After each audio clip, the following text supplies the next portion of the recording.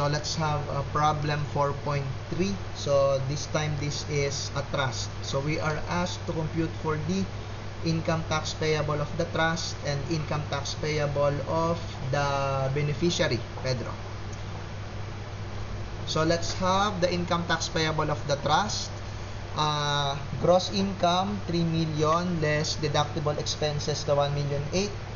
And then we also deduct the income distributed to Pedro, 200,000. We add the dividend income from resident foreign corporation, 100,000. So if we combine these four items, the income and the deductible expenses, the taxable net income of the estate is, or of the trust rather, is 1,100,000. Applying the graduated tax, ang tax due and payable nito is 177,500.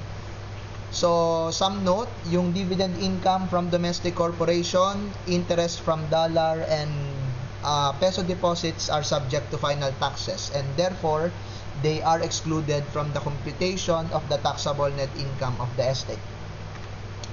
For the income tax payable of Pedro, we will include compensation income of 800,000, rental income, pero aalisin natin yung epekto ng creditable withholding tax.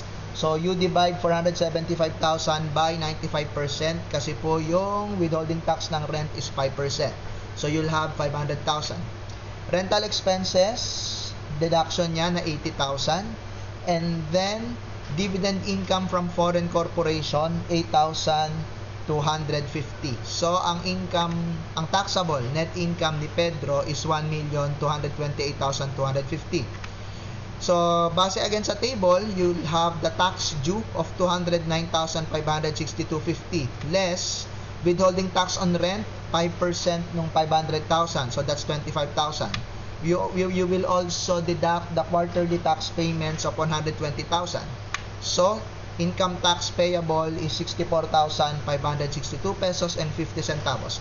Let me emphasize na magkaiba yung income tax due at income tax payable. Okay? So, yung income tax due, yung kukumputin mo using the applicable tax table. No? Pero yung tax payable, you have to deduct the creditable withholding taxes. And then, also some notes about the reported income of Pedro. Yung kanyang dividend from domestic corporation, royalties, prices, lotto winnings, all of them are excluded from the computation of the taxable net income. Kasi yung mga items na yan are subject to final taxes.